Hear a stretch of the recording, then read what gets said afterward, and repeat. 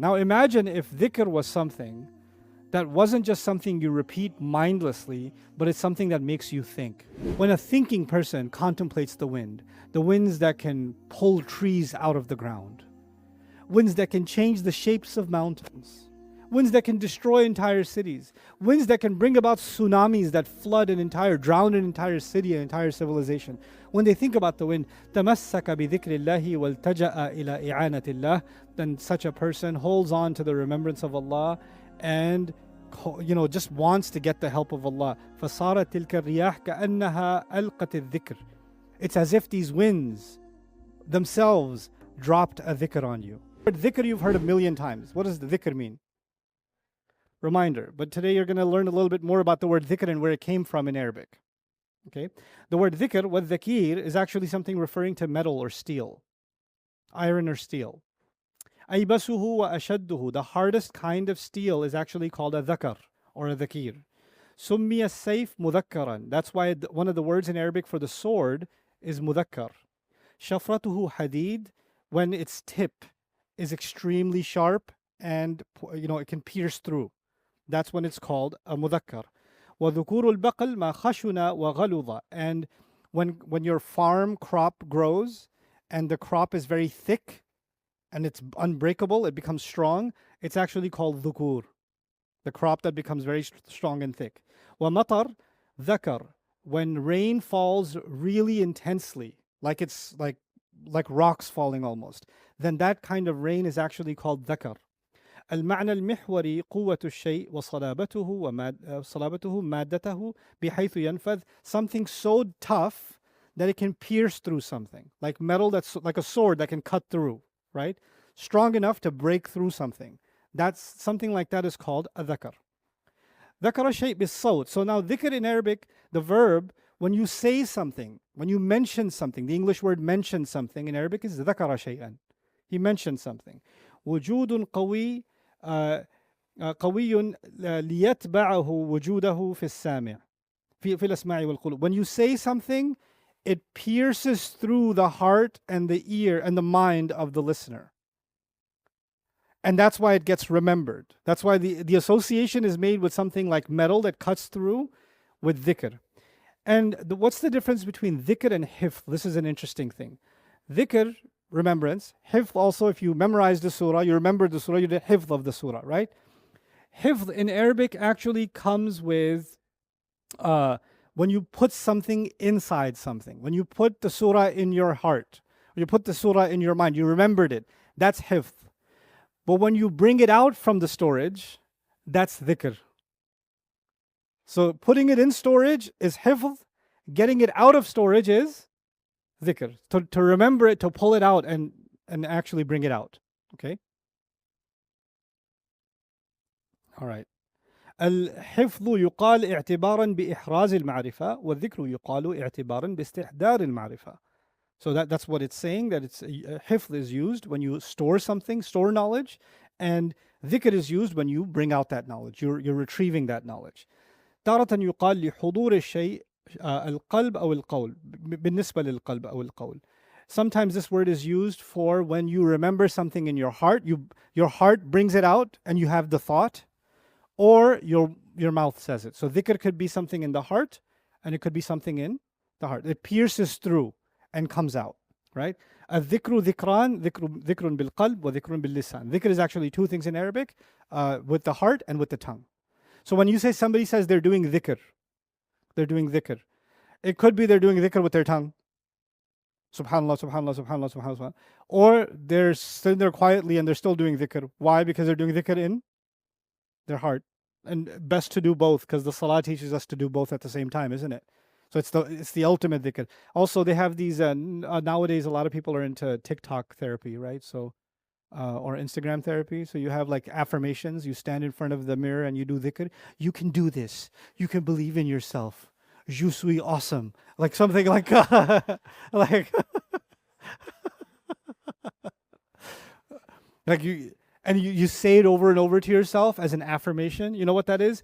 You're saying it, and the sound is going back in your ear, and it's impacting your brain waves, and it's impacting your psyche, right? So verbalizing things, and they do this in team sports, right? If your team is down 3-0 in the first half, we're gonna kill him. We're gonna kill him. Say it with me. Kill him. Kill him. Kill him. Like, So before they go out, they do some kind of dhikr before they go out there, right? This is the same thing that militaries do before the army's gonna go out there. They're gonna right? What are they doing? They're verbalizing something that they want to have impact them on the inside, right? So this concept of the mantra or the chant or something, these are all forms of dhikr that we see all around us. And they have an impact. They have an impact in sports. They have an impact in motivation. Some of you guys are gym bros. Come on, bro. Come on, come on, come on. When you're by yourself, you're like, ah. But when your bro is there, you're like, come on, you got this, you got it. You're like, ah. What just happened? Dhikr happened. فَإِنَّ الذِّكْرَى تَنْفَعُ الْمُؤْمِنِينَ. That's what happens. So it is a powerful thing. It's not just a spiritual phenomenon. It's actually a psychological phenomenon. It's a social phenomenon. And this phenomenon is so powerful that at a larger scale, it's not just among friends in a gym or in sports teams. This phenomenon is so powerful that it can change the psychology of an entire nation. It's called propaganda. And in propaganda, you take a message and you say the message over and over again until people do dhikr of it, and that becomes the way they think. This is why to develop national sentiment, a lot of countries, you go to school every day, you're going to listen to the national anthem. Year after year after year, you're going to listen to the national anthem. Some countries, when kids go to history class, they're learning the same history in second grade, third grade, fourth grade, fifth grade, same story over and over and over again with some more detail, some more detail. Why? Because the government wants these people to be programmed with so much dhikr of this, they never question. It becomes a part of their personality. They don't even think about it, it comes out of their mouth. You know? The propaganda machines during the elections, you'll have some channels that are dedicated to supporting certain parties. So you'll have right-wing media stations, left-wing media stations. That happens, right? And people that follow these stations, sometimes people go on the street and ask interviews. What do you think about this president? What do you think about the elections? What do you think about this? You'll find random strangers, they've never met each other, they're all saying exactly the same thing. Have you seen that? Power of propaganda. They're all watching the same channel. They're all doing dhikr of the same exact repeated answers, and they regurgitate them immediately, right? That's the power of dhikr. Now imagine if dhikr was something that wasn't just something you repeat mindlessly, but it's something that makes you think. It's not just something you accept, it's something that it actually makes you think. And that's actually the unique feature of the Quran. You're saying something that actually has meaning to you, that actually calls you to contemplate. So we're memorizing the Quran, we're reciting the Quran, but at the same time we're deeply thinking about the Quran, and thinking about the Quran is leading us to ask questions about the Quran. What does mursalat mean? What does asifat mean? Etc. etc. So it's actually a very powerful component of the Quran. Now the beautiful part of this ayah. التشبيه بإلقاء شيء من اليد إلى الأرض. See, Allah brings the reminder from the skies. The winds are a reminder. The nice wind is a reminder that there's no storm right now because Allah is still holding the reins. Remember?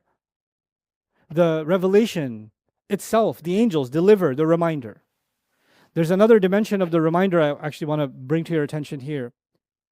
Human beings, as far as other human beings are concerned, we have two kinds of influences. We have positive influences in our life and we have negative influences in our life. You have some friends, because of them, you develop better habits. Because of them, they pointed you in the right direction. Because of them, they stopped you from doing something stupid in your life, right? That's your positive influences. Or your elders, your mentors, somebody you met at university, one of your professors, or your parents, or the imam, or somebody. Somebody's a positive influence in your life. But life is not just full of positive influences among other human beings. Some human beings are also what? Negative influences. Those are come on, bro, it's no big deal. It's Friday. I mean night. The Islam part's already done. Live a little. It's the summer. What do you want me to do? We're Muslims, but we're in the West. It's hard for us. You're just human. There's the human element. There's the human negative component, right? So, al-mar'u ala dini khalilihi. A person depends on the religion of their friend. The company you keep will have an impact on you, right? So we have in life Some people that are a positive influence, some people that are a negative influence. Fine. And by the way, negative influences aren't just people that want you to do drugs and alcohol and zina and all that stuff. No, sometimes negative influences are in the family. You have some family members that love talking about other people. That's their only subject. You know, they'll start with the remembrance of Allah. Astaghfirullah. Zainab. Inna lillahi wa inna ilayhi raji'un. Abdul Karim's children. Mhm. First dhikr, then shaitan. Like it's a good combination, you know. So and then those people are also a negative influence because then they start making you think about other people all the time. Instead of you thinking about more important things, now you're thinking about this one's wedding and that one's clothes and this one's comment and this one's message and this one's like, why is this important to you? Because there's an influence in your life who makes these things important to you. This becomes their subject, right? Now, this is among human beings. But let me ask you this. Do human beings also have a negative influence from the unseen? Who's that? The shayateen. الذي يوسوس في صدور الناس. And there are shayateen that come. They do their work. There's the qareen, right? They do their work.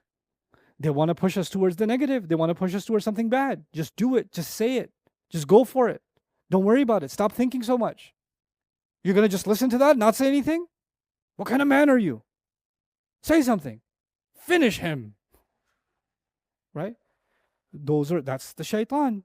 So now, on the evil side, there are some people that are an evil influence, and there are shayateen that are an evil influence. But on the good side, we have human beings that are a good influence, but also there are angels that are a good influence.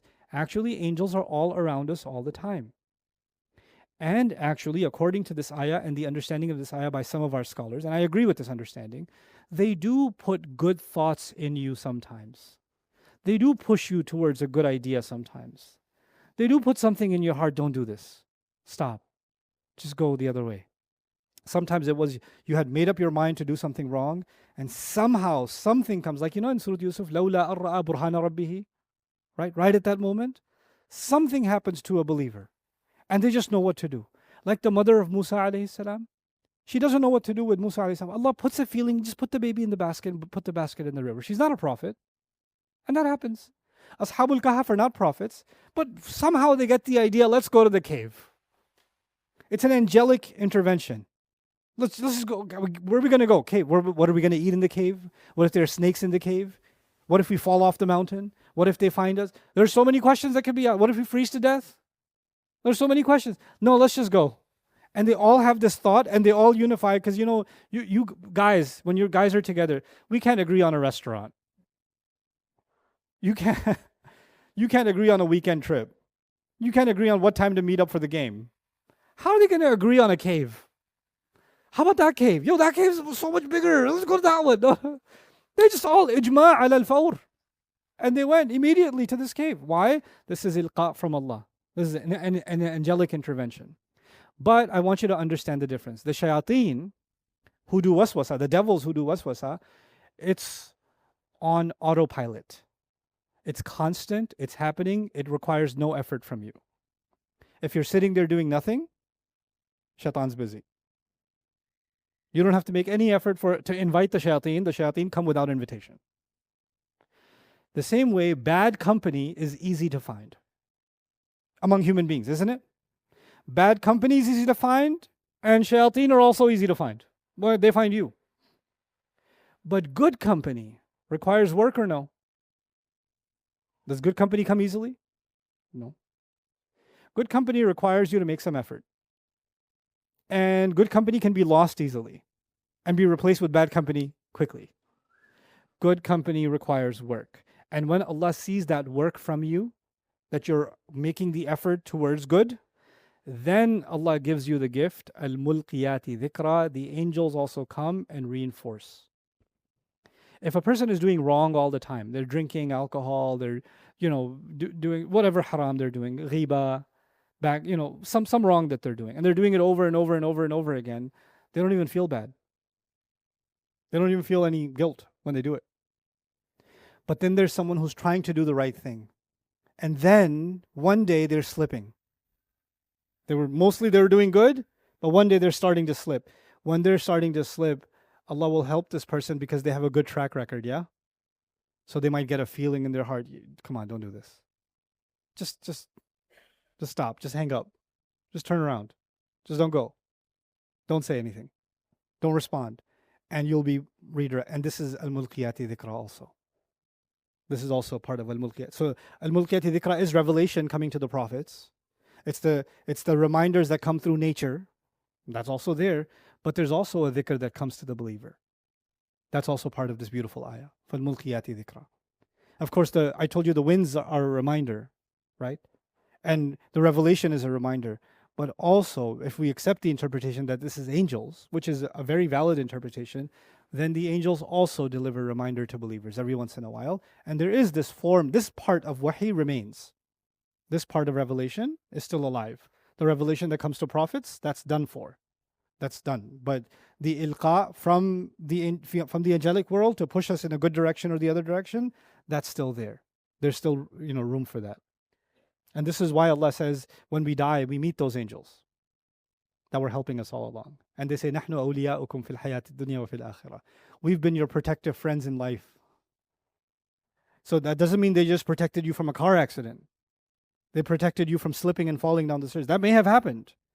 يُرْسِلُ عَلَيْكُمْ حَفَظًا. But they may have also protected you from wrongdoing.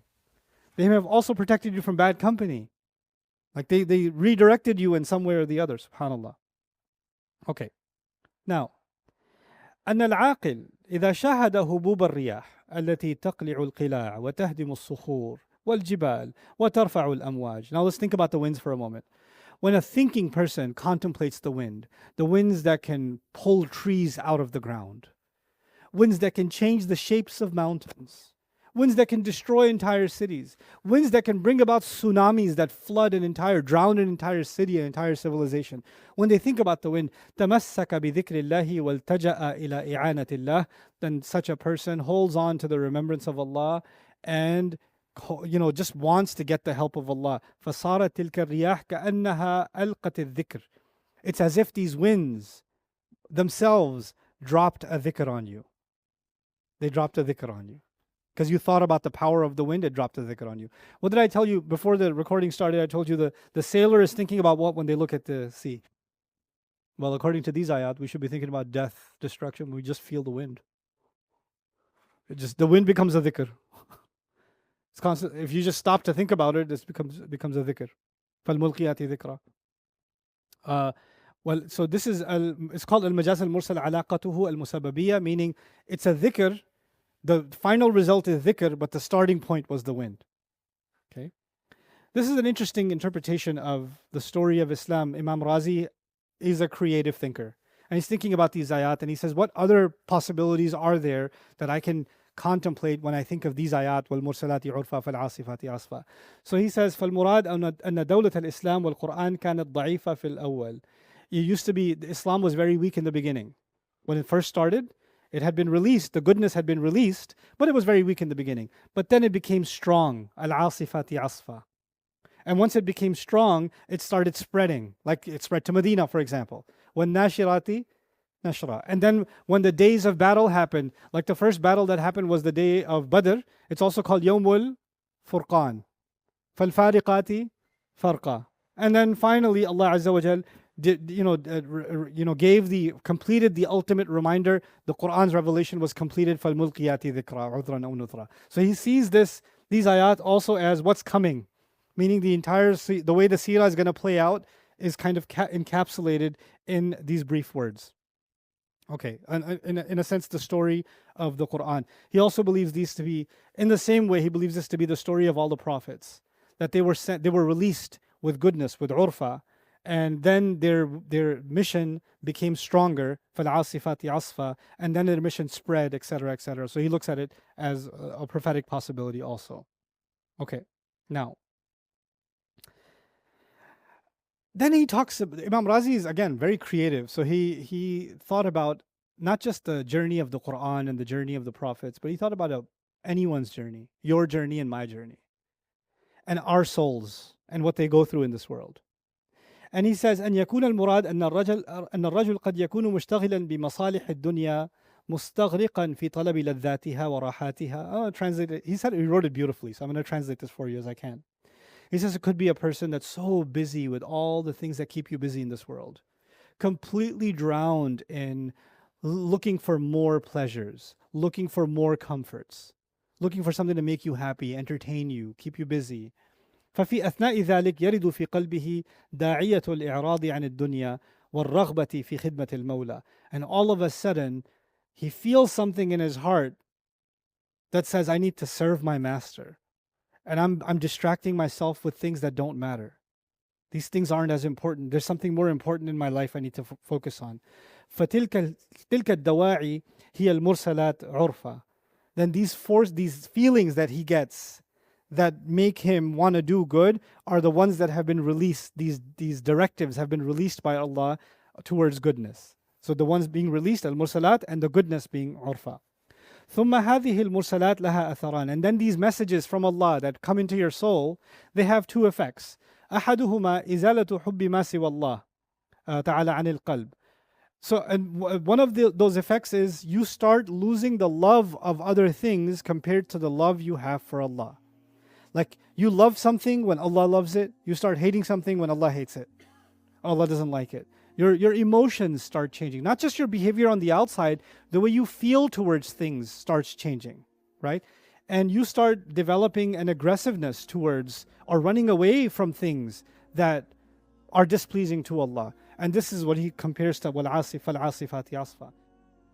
Almost 300,000 souls have already been gifted a Bayyinah TV sponsorship, and the impact has been immense. But over 50,000 eager students who can't afford it are still waiting to begin their journey. You can help.